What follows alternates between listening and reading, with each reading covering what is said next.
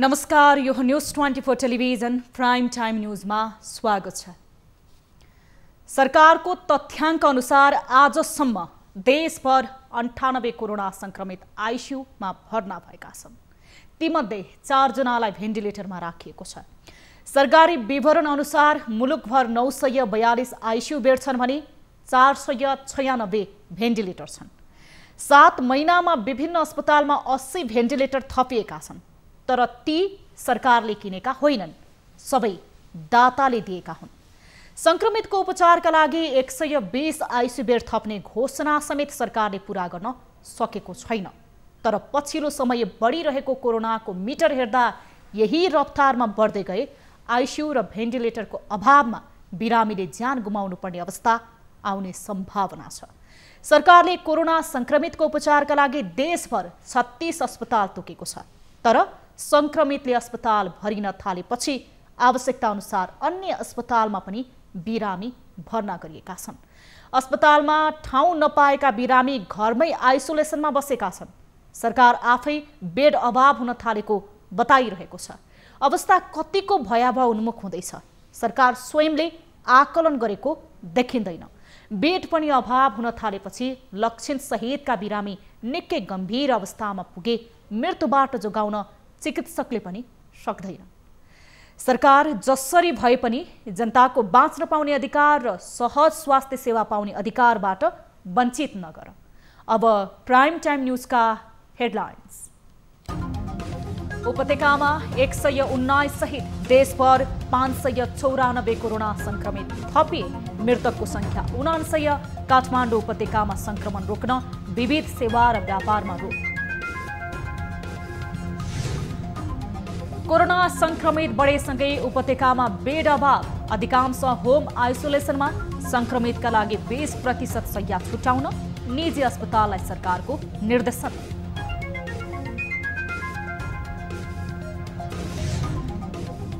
नेकपाको विवाद मिलाउन 6 सदस्यीय कार्यदल गठन, महाधिवेशन आयोजक कमिटी बनाउने ओली प्रस्ताव, संस्थापनेतर आन्तरिक छलफलमा।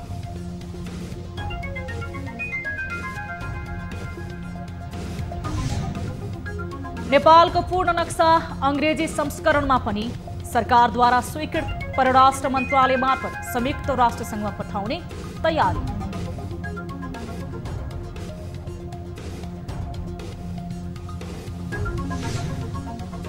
र 13औं साका खेलाडीको खेल सामग्रीमा भएको अनियमितताको छानबिन गर्न खेलकुद मन्त्रीको राखेपलाई निर्देशन, संस्थागत सुधारको कार्ययोजना बनाउन जिम्मा।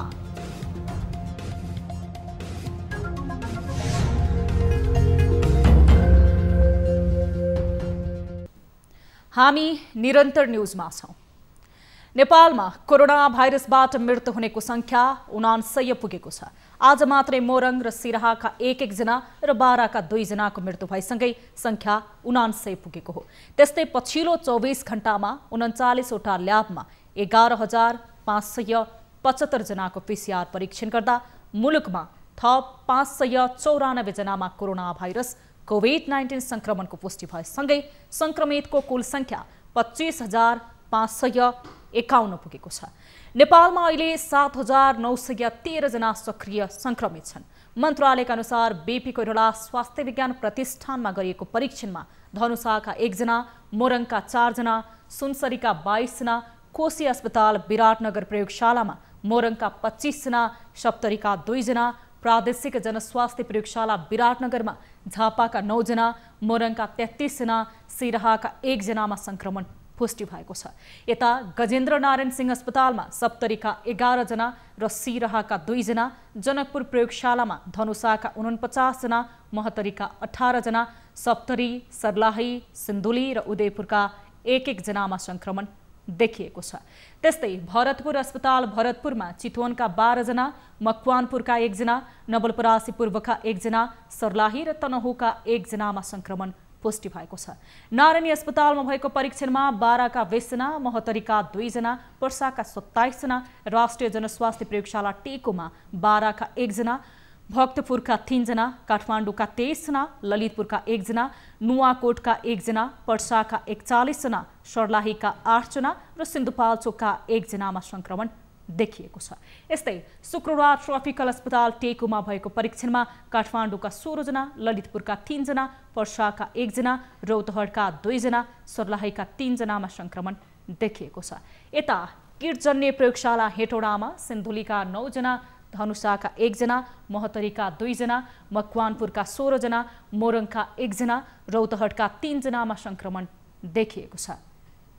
धुलीखेल अस्पतालमा भएको परीक्षणमा गोर्खाका 1, सिन्धुलीका 1 जना, काठमाडौँका 3 जनामा, नेपाल कोरिया मैत्री अस्पतालमा काठमाडौँका 7 जना, धनुषाका 1 जनामा संक्रमण पुष्टि भएको छ।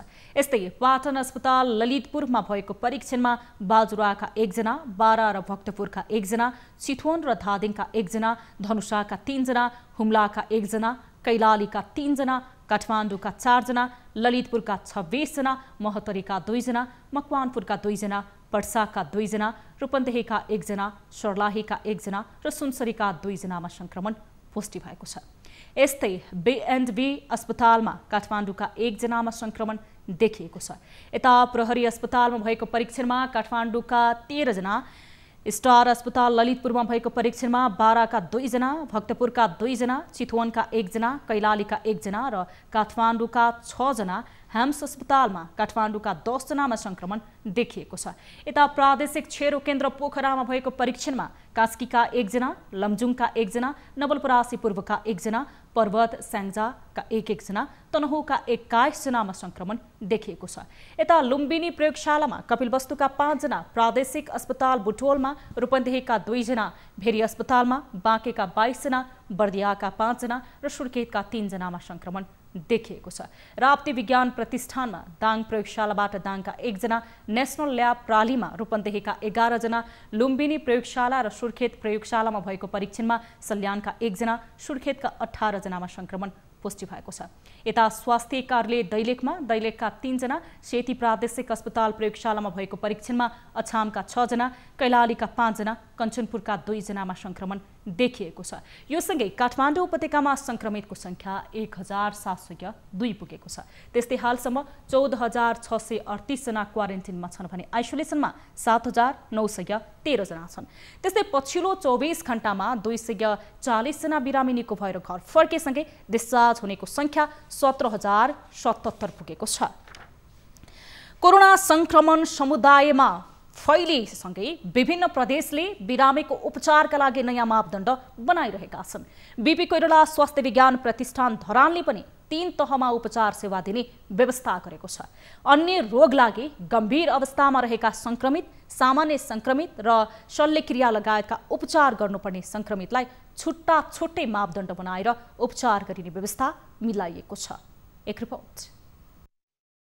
समुदाय स्तरमा कोरोना संक्रमण फैलिएपछि बीपी कोइराला स्वास्थ्य विज्ञान प्रतिष्ठानले संक्रमितलाई 3 तहमा उपचार गर्ने व्यवस्था मिलाएको छ।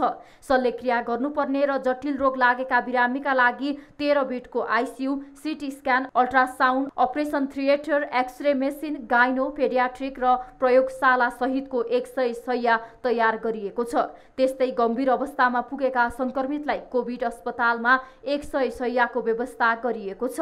कोभिड अस्पतालमा 15 आइसियु बेड, 9 भेन्टिलेटर, प्रयोगशाला, video x ray, operation theatre, x ray, 15 शय्याको high dependency unit, oxygen pipeline र आकस्मिक कक्ष लगायतका व्यवस्था गरिएको छ।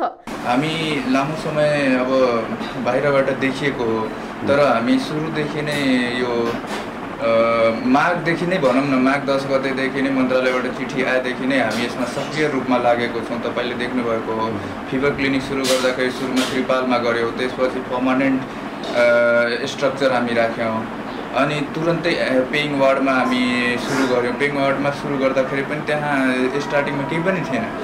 जसरी बिरामी आउँदै गयो, जसरी उसको डिमान्ड हुँदै गयो, त्यो अनुसारले हामी सुविधा थप्दै गयौँ। कोरोना अस्पतालमा तेस्रो श्रेणीका चिकित्सक र अपरेसन समेत गर्नुपर्ने खालका जटिल बिरामीलाई उपचार गर्न सम्भव नभएपछि छुट्टै उपचार गर्ने व्यवस्था मिलाइएको हो।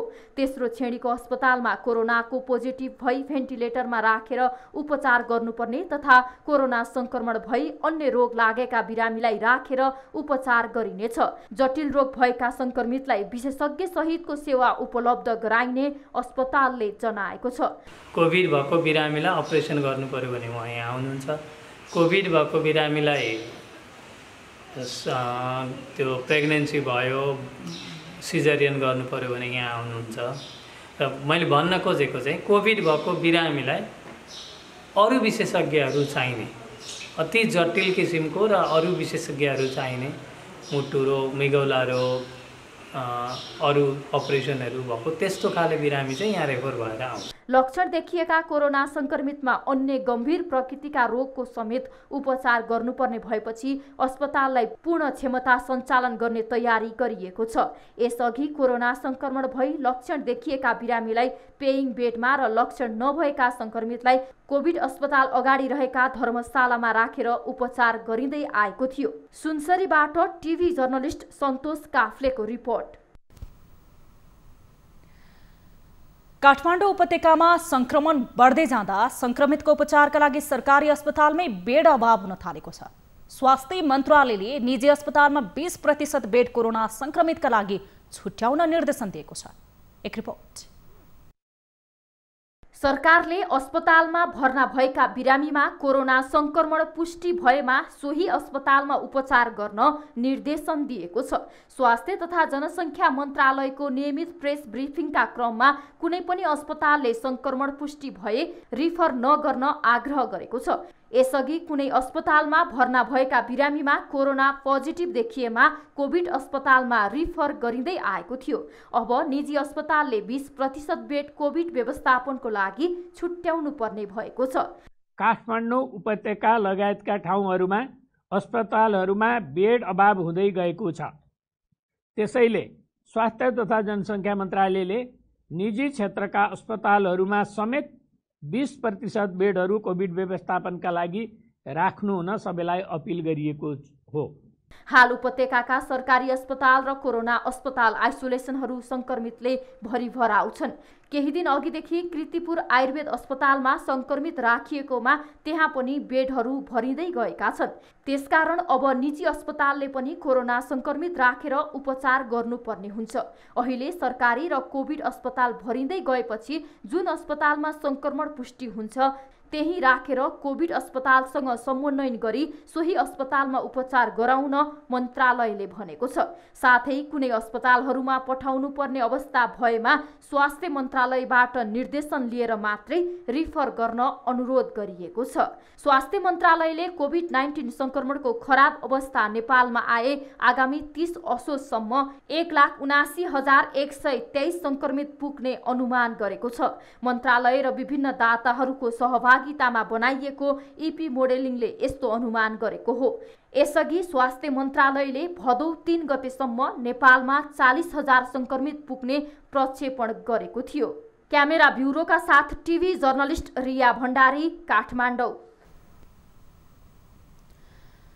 कोरोना भाइरसको संक्रमणले प्रदेश 2 का विभिन्न जिल्ला आक्रान्त बनेको छ। समुदायमै कोरोना फैलिए पनि रौतहट जिल्लामा पीसीआर परीक्षण नहुनुले संक्रमणको अवस्था भयावह हुने स्थानीयले गुनासो गरेका छन्।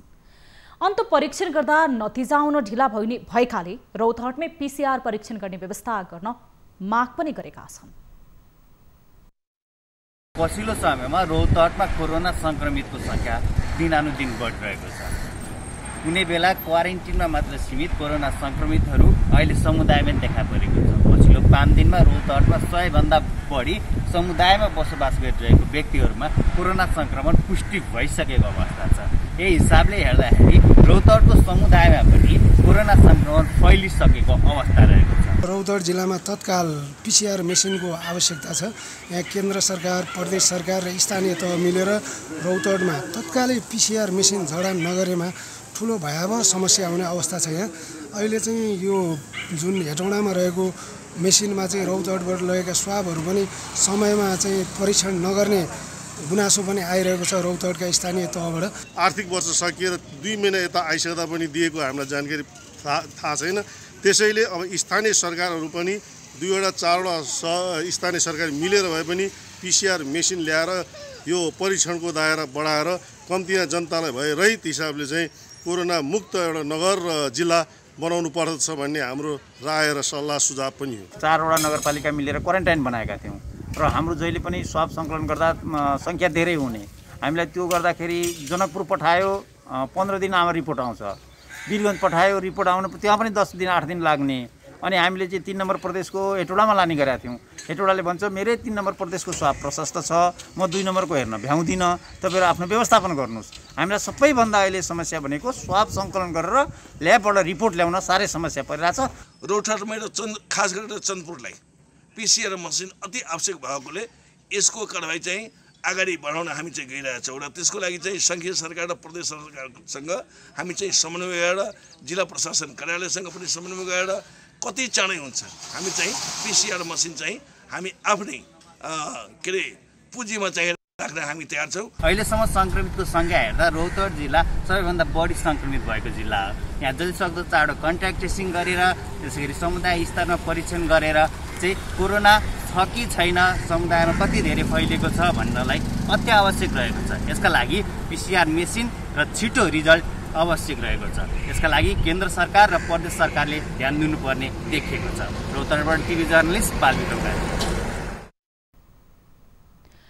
कोरोनाको संक्रमण बढ्दै जाँदा विराटनगर महानगरपालिकामा विभिन्न सङ्घ संस्थाले भिडभाड हुने क्षेत्रमा कीटनाशक औषधि छर्न थालेका छन्। स्प्रेगनको सहायताले यस्ता क्षेत्रमा कीटनाशक औषधि छर्दा केही हदसम्म भए पनि संक्रमणको जोखिम कम हुने उनीहरूको दाबी छ। महानगरपालिकाभित्र दिनौँ जस्तो सङ्क्रमित बढ्न थालेपछि यहाँका स्थानीय सङ्घ संस्थाहरू मिलेर बजार एरियामा र जुन सङ्क्रमित भएको धेरै ठाउँ जहाँ धेरै भिड हुन्छ त्यो ठाउँमा डिसइन्फेक्टेड छरिरहेका छन्। यसरी विभिन्न ठाउँमा गएर सेनिटाइज गर्ने र जुन भिड हुने ठाउँमा गएर सेनिटाइज गर्दाखेरि जहाँ मान्छेहरूले चाहिँ जहाँ भिड हुन्छ त्यहाँ उनीहरूलाई बोलाउने गरेका छन् र जहाँ सङ्क्रमितहरू देखेको छ त्यो ठाउँमा मान्छेहरूले बोलाएर पनि गर्न लाग्न थालिसकेका छन्। यो विभिन्न सङ्घ संस्था लायन्स क्लबहरू मिलेर यो जुन सेनिटाइज गरिरहेको छ बजारमा, यो सेनिटाइज गरेको स्थानीयहरूले चाहिँ केही मात्रामा भए पनि कीटाणुहरू मर्ने भएकाले गर्दाखेरि यसरी गर्दै हिँडेकोमा चाहिँ उनीहरू एकदमै खुसी भएका छन्। धेरै नै फाइदा भइरहेछ। जुन किसिमले हामीले बुझेअनुसार यसमा जुन केमिकल हालेर छर्किरहेछ 3 देखि 4 मिनटमा त्यो भाइरस कीटाणु चाहिँ मर्छ भनेर सर्टिफाई गरेको छ। के आधारमा उहाँहरूले छर्किराख्नु भएको छ, जुन जसले छर्किरहेछ जहाँबाट छर्किँदैछ विश्वास छ कि त्यसबाट केही पर्सेन्ट भए पनि राहत हुन्छ, केही पर्सेन्ट भए पनि कीटाणु मर्छन् भनेर विश्वासको साथमा मान्छेहरूले बोलाइरहेछ र छर्काउन पनि लगाएको छन्। हामी पनि त्यसै अनुसार हामी पनि खुसी भइरहेछौँ। यसमा चाहिँ हाम्रो 3% सोडियम हाइपोक्लोराइड सोल्युसन छ जसले चाहिँ होइन कोरोना भाइरसको 99.9% जस मार्ने क्षमता राख्दछ। विश्वभरि नै फैलिरहेको महामारीलाई चाहिँ रोक्नको लागि नियन्त्रण गर्नको लागि चाहिँ हामीले डिसइन्फेक्सन कार्यक्रम गरेका छौँ, सेनिटाइजिङ गरेका छौँ विराटनगरलाई। यसो तपाईँलाई मुख्य गरी भिड हुने ठाउँहरू जस्तो हस्पिटल एरियाहरू भयो। अनि अहिले चाहिँ हामीले अब के रिल्याक्स भने कोरोना सङ्क्रमित भएको जुन चाहिँ घर छ ठाउँ छ त्यहाँनिर गर्ने भनेको जहाँ मान्छेहरूको धेरै भिडभाड हुन्छ र जुन अफिसहरूमा धेरै मान्छेहरू भिडभाड हुन्छन् त्यो अफिसहरूमा गएर छर्ने गरेका छन् र बजारका एरियाहरू अधिकांश सटरहरूमा मन्दिरहरूमा गएर छर्ने गरेका छन् र स्थानीयहरूले पनि उनीहरूलाई जहाँ धेरै मान्छेहरूको ठाउँ बढी जम्मा हुने ठाउँ हुन्छ त्यहाँ बोलाएर छर्किन लाउने गरेका छन्। न्युज 24 टेलिभिजनका लागि तारा आचार्य, विराटनगर।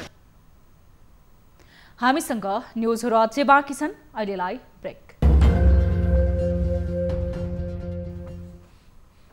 हामी निरन्तर न्युजमा छौँ। आज विभिन्न जिल्लामा गएको पहिरोमा परि 13 जनाको मृत्यु भएको छ भने 34 जना बेपत्ता भएका छन्। आज सिन्धुपाल्चोकको जोगल गाउँपालिका, कालीकोटको महावै गाउँपालिका र मकवानपुरको थाहा नगरपालिकामा पहिरोले 11 जनाको ज्यान लिएको छ। आज बिहान सिन्धुपाल्चोकको जुगल गाउँपालिकाको माथिपट्टिको डाँडो भासिएर बस्ती छुप्दा 37 घर ध्वस्त भएको हो। उक्त घरका गरी 31 जना बेपत्ता भएका छन् भने 5 जनाको शव निकालिएको छ। असार 26 गते गएको पहिरोले जुगल 2 साम्नु माफा र लिदीको बस्ती उच्च जोखिममा परेको थियो। त्यस लगत्तै प्रशासन गाउँपालिकादेखि जनप्रतिनिधिहरूलाई ज्ञापन पत्र बुझाउँदै स्थानीयले अन्यन्त्र सुरक्षित स्थानमा लैजान आग्रह गरेका थिए। अन्यन्त्र जान सम्भव नभएपछि लिदिका 170 घरधुरी त्रासमा बसिरहेका थिए। यता कालीकोटको महावै गाउँपालिका 3 नक्कुमा पहिरो जाँदा 6 जना बालबालिकाको मृत्यु भएको छ। बिहिबार राति 12 बजे वडा सदस्य राजबहादुर विष्टको घर पहिरोले पुरिँदा विष्टका 13 वर्षीय छोरा पुष्प विष्ट, 11 वर्षीय प्रवीण विष्ट, छोरी 18 वर्षीय सबिना विष्ट, 15 वर्षीय आशा विष्ट र डिलबहादुर विष्टका 19 वर्षीय छोरी शान्ति विष्ट र 10 वर्षीय रेखा विष्टको ज्यान गएको छ। यस्तै मकवानपुरको थाहा नगरपालिका वडा नम्बर 12 को गौरी गाउँको ढुङ्गा खानीमा पहिरो जाँदा 1 जना बेपत्ता भएका छन्। पहिरोमा परि स्थानीय काले मुक्तान बेपत्ता भएको बताइएको छ। नेपालको अध्यावधिक राजनीतिक र प्रशासनिक अंग्रेजी संस्करणको नक्सा सरकारले स्वीकृत गरेको छ। आज भूमि व्यवस्था, सहकारी तथा गरिबी निवारण मन्त्री पद्मा कुमारी अर्यालले नापी विभागले तयार पारेको अंग्रेजी संस्करणको नेपालको नक्सा स्वीकृत गर्नुभएको हो। नापी विभागले तयार गरी नापी नक्सा समितिमा निर्णय गरी स्वीकृतिका लागि मन्त्रालयमा पेश गरेको थियो। विभिन्न कारणले छुट्याइएको लिम्पियाधुरा, लिपुले, कालापानी सहितको भूभाग समेटेर नेपालले गत जेठमा नेपालको अध्यावधिक राजनीतिक र प्रशासनिक नक्सा प्रकाशित गरी राजपत्रमा समेत प्रकाशित गरेको थियो।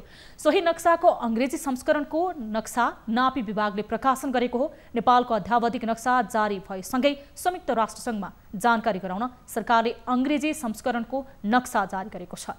अंग्रेजी संस्करणको नक्सा प्रकाशन भएसँगै संयुक्त राष्ट्रसङ्घ कूटनीतिक नियोगहरू समग्र अन्तर्राष्ट्रिय जगतमा पठाउन निम्ति बाटो खुलेको छ। अंग्रेजी संस्करणको नक्सा परराष्ट्र मन्त्रालय मार्फत पठाइने नापी विभागले जनाएको छ। गत जेठ 5 गते बसेको मन्त्री परिषदको बैठकले नयाँ नक्सा जारी गर्न स्वीकृत प्रदान गरेसँगै मन्त्रालयले जेठ 7 गते नयाँ नक्सा जारी गरेको थियो भने सरकारले संविधान संशोधन गरेर नेपालको निशान छाप समेत परिवर्तन गरेको थियो। 9 वर्षीय बालक अभिभावक सुन्दा पनि अचम्म लाग्न सक्छ। नियति नै यस्तो डोटी साइल गाउँपालिका नाराका लक्ष्मण खाती 2 भाइको अभिभावक बन्नु परेको छ। बुवा गुमाएका लक्ष्मणकी आमा सम्पर्क विहीन छन्। उनी 2 भाइको पालन पोषणको दायित्व बोकेर लक्ष्मण सहारा विहीन बनेका छन्। एक रिपोर्ट। जंगलको बीचमा एकान्त स्थान, घर वरिपरि बाँझो जमिन, बाटोको छेउमा सानो घर। त्यही घरमा बस्छन् 9 वर्षीय लक्ष्मण, 3 वर्षका गणेश र 2 वर्षका कृष्ण खाती। अनि पढ्ने, लेख्ने र खेल्ने उमेरका 9 वर्षीय लक्ष्मण खातीको काँधमा आफू र यी 2 जना भाइलाई पाल्ने जिम्मेवारी पनि छ। तर न उनी काम गर्न सक्छन् न त कमाउन नै। छिमेकीले दिए छाक टर्यो नत्र भोकै पर्यो। यही नियति भोग्दै आएका छन् यी 3 दाजुभाइ। अब मम्मीको अवस्था, बुवाको अवस्था, बुवा चाहिँ विगत चाहिँ पोहोर साल जेठमा विभिन्न रोगका कारण उपचार गर्दै उपचारकै क्रममा चाहिँ मृत्यु भएको थियो र आमाले पनि विगत 7-8 महिनादेखि सम्पर्क विहीन छन्। आधिकारिक चाहिँ अब कहाँ गएका छन् त, माइत पहिला अथवा कहीँ काम गरिरहेछन् कि अब कहाँ गएका छन्, इन्डिया गएका छन् कि होइन, इन्डिया उडिसा उनको माइती घर पनि हो। 55 वर्षीय बुवाको 1 वर्ष अघि मृत्यु भयो। मृगौला र दमका रोगी बुवाको वैशाखमा मृत्यु भएसँगै मङ्सिरदेखि आमा पनि नाबालक 3 जना छोरालाई छोडेर सम्पर्क विहीन बनिन्। त्यसपछि उनीहरू सहारा विहीन बने र अहिले बिचल्ली छ उनीहरूको। अब यी निम्न समस्याहरू छन्, हामी देखेर पनि अनुमान गर्न सक्छौँ। कसैले राहत सहयोग गरे पनि आफै पकाएर खान सक्ने अवस्था यिनीहरूको छैन। एउटा भएको खेत समेत बिक्री गरेर आमा सम्पर्क विहीन बनेपछि उनीहरूको भविष्य अन्यलमा परेको छ। विद्यालय जान त परको कुरा, उनीहरूलाई बिहान बेलुका के खाने र 1 सरो लुगा कसरी लगाउने भन्ने चिन्ता छ।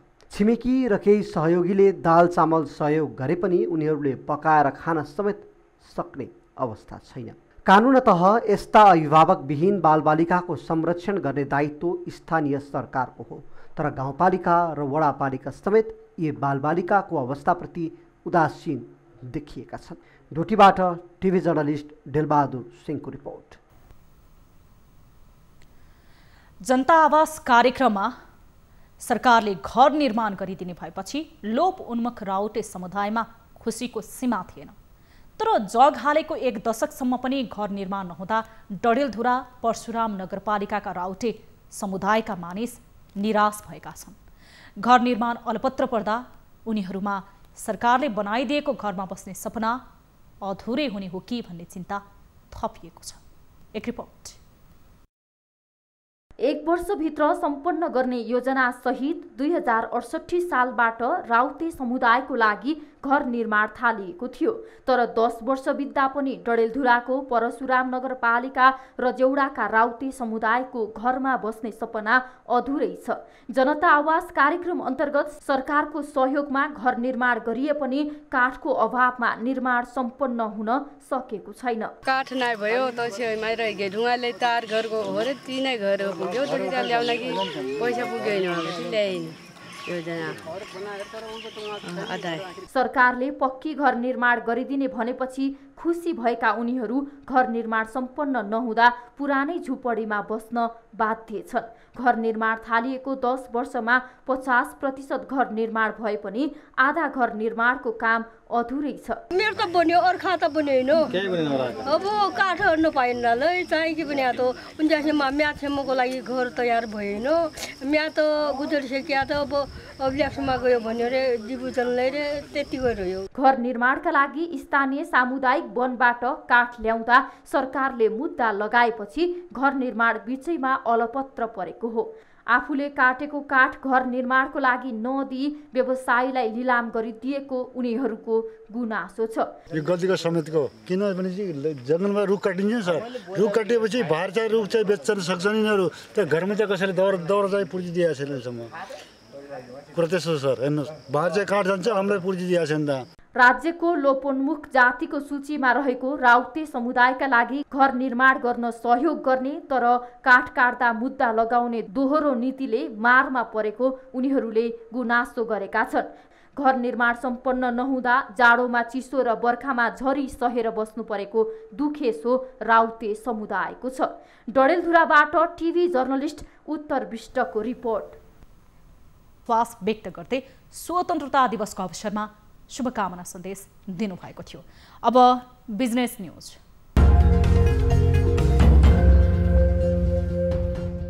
केही समय यतादेखि कोरोनाको संक्रमण बढ्दो अवस्थामा देखिएपछि राष्ट्र बैंकले बैंकको सम्पूर्ण कर्मचारीको स्वास्थ्य सुरक्षामा ध्यान दिन बैंक तथा वित्तीय संस्थाहरूलाई निर्देशन दिएको राष्ट्र बैंकका प्रवक्ता डाक्टर गुणाकर भट्टले न्यूज 24 लाई जानकारी दिनुभयो।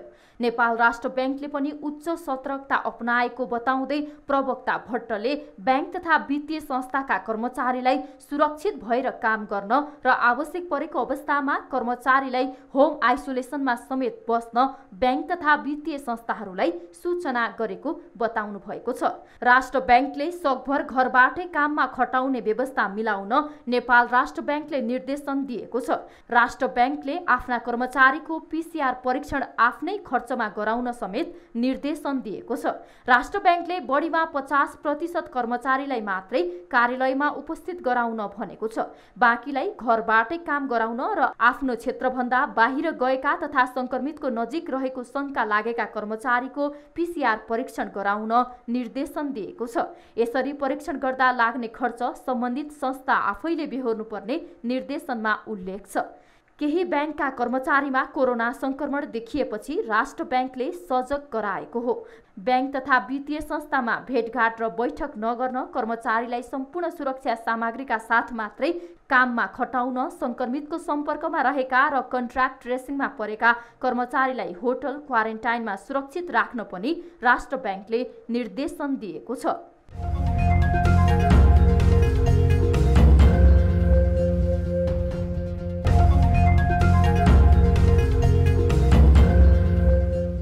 कोरोना भाइरसको महामारीका कारण अझै पनि लगानीकर्ताहरू सुनमा लगानी गर्न सक्रिय रहेको देखिन्छ। कोरोनाको संकट बढ्दै गर्दा लगानीकर्ताहरू लगानीको सुरक्षा गर्ने उद्देश्यले सुनमा लगानी गर्न आकर्षित भएका छन्। कोरोनाको महामारी र संकटको बेला लगानीकर्ताहरूमा पनि अन्योल देखिएको छ। रसियामा कोरोना भाइरसको भ्याक्सिन पत्ता लागेको समाचारप्रति अझै युरोपेली मुलुक विश्वस्त हुन नसक्नु र महामारी अझै लम्बिन सक्ने आशंका गर्दै लगानीकर्ताहरू सुनमा आकर्षित भएको व्यवसायीहरूको अनुमान छ। अमेरिकाको फेडरल रिजर्भ ब्याङ्कले जुन ब्याज दर घटाएको कारण छ र मुख्यतः अब यो कोरोनाको एउटा जुन अहिले वर्ल्ड इकोनोमीमा यसले इम्प्याक्ट पारेको छ हैन, त्यसले पनि चाहिँ सुनको मूल्य वृद्धि गर्नको लागि ठूलो भूमिका खेलेको छ। साताको अन्तिम दिन शुक्रबार सुनको मूल्यमा प्रति तोला 800 रुपैयाँले बढेर सुनको प्रति तोला मूल्य 98,600 रुपैयाँ तोकिएको छ। तेजाबे सुनको मूल्य प्रति तोला 98,100 रुपैयाँ पुगेको छ। चाँदीको मूल्यमा पनि बढोत्तरी भएर प्रति तोला 1355 मूल्य तोकिएको छ।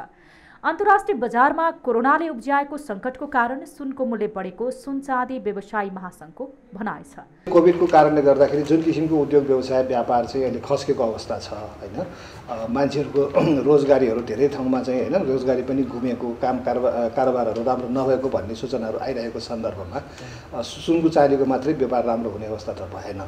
त्यसको माथिमा फेरि अर्को चाहिँ सुनको भाउ पनि एकदमै चाहिँ हायर लेभलमा एकदमै महँगो चाहिँ मूल्यको रेन्जमा पुगेको कारणले गर्दाखेरि एकातिर आफ्नो आम्दानी पनि कम हुनु, अर्कोतिर फेरि मूल्य पनि बढ्नु, यो दुईटैको यो प्रभावको कारणले गर्दाखेरि अहिले हाम्रो सुनको बजारमा धेरै नकारात्मक असर चाहिँ परिरहेको छ। सुन चाँदीको मूल्यमा अझै पनि कोरोनाको सङ्कट र यसको व्यवस्थापनमा निर्भर रहेको देखिन्छ। सुनको व्यवसाय भन्दा जिरोकै अवस्था छ, व्यापार हुँदैन। अब लिने दिने पनि छैन, बेच्न आउने मान्छे पनि कमै छन्। अब लिन आउने मान्छे त झन् अब छँदै छैन, किनबेचै छैन, किनबेचै खासै छैन, किनबेचै छैन भन्दा पनि हुन्छ। अहिले आइतबारदेखि नै निरन्तर घटिरहेको सुनको भाउ बुधबार एकै दिन 6,200 रुपैयाँले घटेको थियो, तर बिहिबार पुनः 2,400 रुपैयाँले बढेको सुनको भाउ शुक्रबार 800 रुपैयाँले बढेको हो। गत हप्ता सुनको मूल्य हालसम्मकै सबैभन्दा उच्च 1,03,500 रुपैयाँमा कारोबार भएको थियो।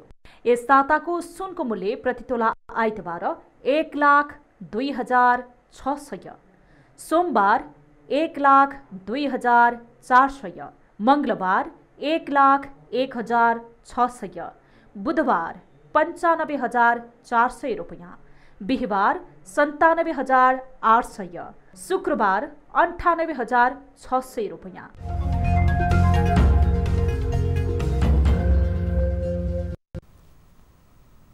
हामीसँग न्युजहरू अझै बाँकी छन्। अहिले लाइभ ब्रेक।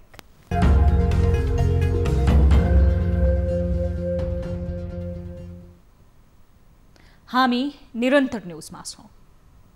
अब स्पोर्ट्स न्युज।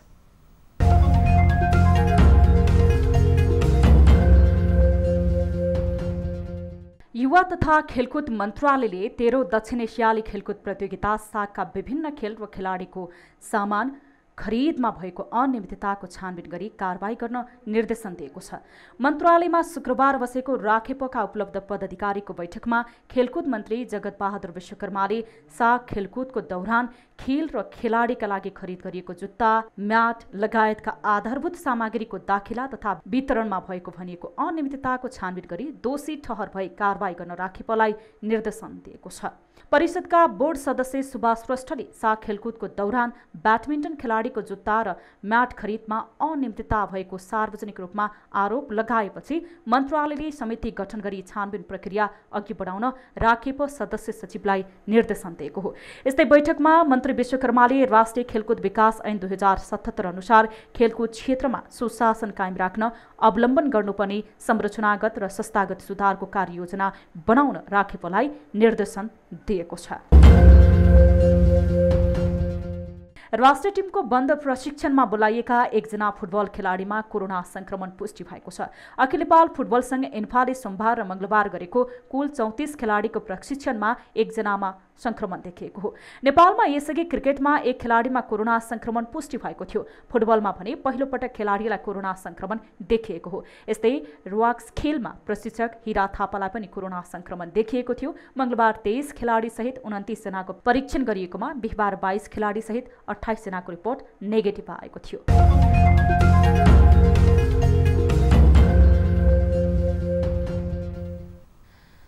सत्तारूढ नेपाल कम्युनिस्ट पार्टी नेकपाको विवाद मिलाउन कार्यदल बनाइएको छ। महासचिव विष्णु पौडेलको संयोजकत्वमा पार्टीभित्रका गुटहरू समेट्ने गरी 6 सदस्यीय कार्यदल बनाइएको छ। कार्यदललाई स्वतन्त्र छलफल गर्न अख्तियारी दिएको भनिएको छ। के कार्यदलले बुझाउने प्रतिवेदनमा सहमति जुट्ला? एक रिपोर्ट। स्थायी कमिटी बैठक सुरु भएपछि बढेको विवाद समाधान गर्न सत्तारूढ नेकपामा प्रयास जारी छन्। असार 10 गतेबाट सुरु भएको बैठकको तेस्रो दिनबाट विवाद सुरु भएको थियो। विवाद थियो प्रधानमन्त्री समेत रहेका अध्यक्ष केपी शर्मा ओलीको राजीनामाको माग। तर पार्टी फुटाउनसम्म तयार रहने, कुनै पद नछोड्ने ओलीको अडानपछि संस्थापन इतर अर्थात् अर्का अध्यक्ष पुष्पकमल दाहाल, वरिष्ठ नेता माधव नेपाल पक्ष राजीनामा दिनै पर्ने अडानमा रहे। गुट उपगुटका भेला निरन्तर हुने तर बोलाइएको स्थायी कमिटी बैठक बस्नै नसक्ने भएपछि विवाद चर्को बन्यो। एउटा बैठक अध्यक्ष ओलीले स्थगित गरेर अर्को विवाद खडा गरे। त्यही बैठक जारी रहेको सन्देश दिने गरी अध्यक्ष दाहालले दुईवटा निर्णय गरे। एक, ओलीले बैठक स्थगित गर्नु गलत भएको र अर्को पार्टीको विवाद मिलाउन अध्यक्ष दाहाललाई जिम्मेवारी दिने निर्णय। त्यसपछिका अध्यक्षद्वय बीचको छलफल जारी रहे पनि ठोस निष्कर्ष निस्कन सकेन। साउन 21 गतेका लागि तय भएको अर्को छलफल अघि नै अध्यक्ष दाहाल पक्षले छुट्टै पत्रकार सम्मेलन गरेपछि भाडियो। त्यसको 9 दिन अर्थात् बिहिबार अध्यक्षद्वयबीच 4 घण्टा छलफल भयो। शुक्रबार भएको अर्को छलफलले सहमतिका लागि 6 सदस्यीय कार्यदल गठन गरेको हो। नेकपा सुझाव कार्यदल विष्णु पौडेल संयोजक, भीम रावल सदस्य, शङ्कर पोखरेल सदस्य, जनार्दन शर्मा सदस्य, पम्फा भूषाल सदस्य, सुरेन्द्र पाण्डे सदस्य। महासचिव पौडेल र स्थायी कमिटी सदस्य शङ्कर पोखरेल ओली पक्षका रूपमा चिनिनुहुन्छ भने जनार्दन शर्मा र पम्फा भूषाल दाहाल पक्षका स्थायी कमिटी सदस्य हुनुहुन्छ। भूषाललाई रामबहादुर थापा निकट पनि मानिन्छ। अर्का नेता भीम रावल र सुरेन्द्र पाण्डे माधव नेपाल निकट हुनुहुन्छ। कार्यदलको अधिकार पार्टीमा उत्पन्न विवाद मिलाउन शुक्रबार मात्र कार्यदल गठन भएको हो। कार्यदलको कार्यदेशबारे स्पष्ट टुङ्गो नलागिसकेको नेताहरूले बताएका छन्। तर हालको केन्द्रीय कमिटीलाई महाधिवेशन आयोजक कमिटीमा रूपान्तरण गर्ने सम्ममा छलफल गर्न अख्तियारी दिएको बताइएको छ। सहमतिका लागि नेकपा प्रयास मौजुदा केन्द्रीय कमिटीलाई आयोजक कमिटीमा रूपान्तरित गर्ने, आयोजक कमिटीको नेतृत्व अध्यक्ष दाहालले गर्ने, सरकार र पार्टी सञ्चालनमा देखिएका कमी कमजोरी हटाउने, यसअघि भएका कमी कमजोरीप्रति आत्मालोचना गर्ने, सबैलाई मान्य हुने गरी मन्त्री परिषद पुनर्गठन तथा मुख्यमन्त्रीहरू फेर्न सकिने, यिनै विषयभित्र रहेर कार्यदलले छलफल गर्न सक्ने नेताहरूले बताएका छन्।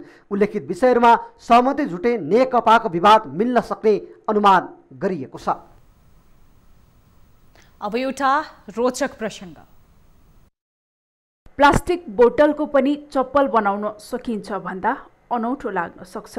तर न्युजिल्यान्डकी एक महिलाले पानीको खाली बोतलबाट चप्पल बनाएर $20 बिक्री गरेकी छन्। उनले प्लास्टिकको खाली बोतलको चप्पल बनाएर अनलाइन व्यवसाय सुरु गरेकी हुन्। यसै कारण सामाजिक सञ्जालमा उनको चप्पल लोकप्रिय बनेको थियो। उनले अनलाइन व्यवसाय सुरु गरेपछि चप्पलको बिक्री धेरै बढ्नुका साथै मानिसहरूको जिज्ञासा पनि बढ्न थालेको छ। मानिसहरूले उक्त चप्पलको तस्बिर राख्दै पानीमा हिँड्न सक्ने भनेर लेखेका छन्। साथै उनको विचारको समेत धेरैले प्रशंसा गरेका छन्। प्राइम टाइम न्यूज सक्नु अघि अहिलेसम्मका हेडलाइन्स पुनः एकपटक। उपत्यकामा 119 सहित देशभर 594 कोरोना संक्रमित थपिए। मृतकको संख्या 79। काठमाडौँ उपत्यकामा संक्रमण रोक्न विविध सेवा र व्यापारमा रोक।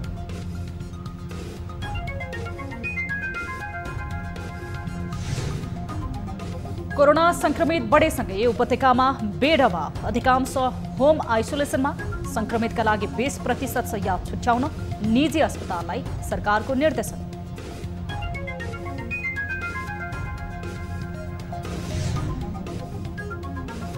नेकपाको विवाद मिलाउन 6 सदस्यीय कार्यदल गठन। महाधिवेशन आयोजक कमिटी बनाउने ओली प्रस्ताव। संस्थापनेतर आन्तरिक छलफलमा।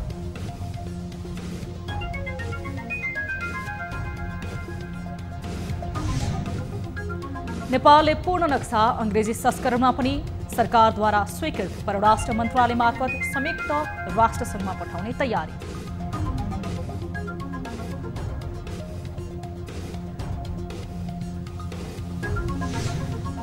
र 13औं सागमा खेलाडीको खेल सामग्रीमा भएको अनियमितताको छानबिन गर्न खेलकुद मन्त्रीको राखेपला निर्देशन। संस्थागत सुधारको कार्ययोजना बनाउन जिम्मा।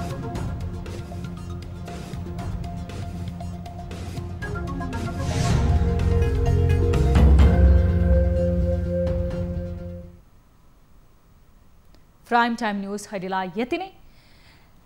जाँदा जाँदै ताली र गालीको लागि हाम्रो प्रश्न, यस्तो बेलामा पनि मास्क नलगाउने लगाए पनि चिउँडोमा झुन्ड्याउनेहरू अलिकति दोषी छन् कि सरकार मात्रै दोषी हो? सरकार मात्र दोषी छ, जनता त त्यस्तै हुन् भन्नेले तालीमा र जनता पनि जिम्मेवार देखिएनन् भन्नेले गालीमा भोट गर्न सक्नुहुनेछ। थप न्युजको लागि हाम्रो वेबसाइट www.news24nepal.com हेर्न नभुल्नुहोला। साथै तपाईँले हामीलाई फेसबुक, ट्विटर र युट्युबमा पनि फलो गर्न सक्नुहुनेछ। यस्तै मोबाइल, भाइबर र इमेलबाट न्युज24 टेलिभिजनको हेल्प डेस्कमा कुनै समस्या र गुनासो छन् भने प्रत्यक्ष रूपमा सम्पर्क राख्न सक्नुहुनेछ। हामी निरन्तर न्युजमा छौँ। नमस्ते।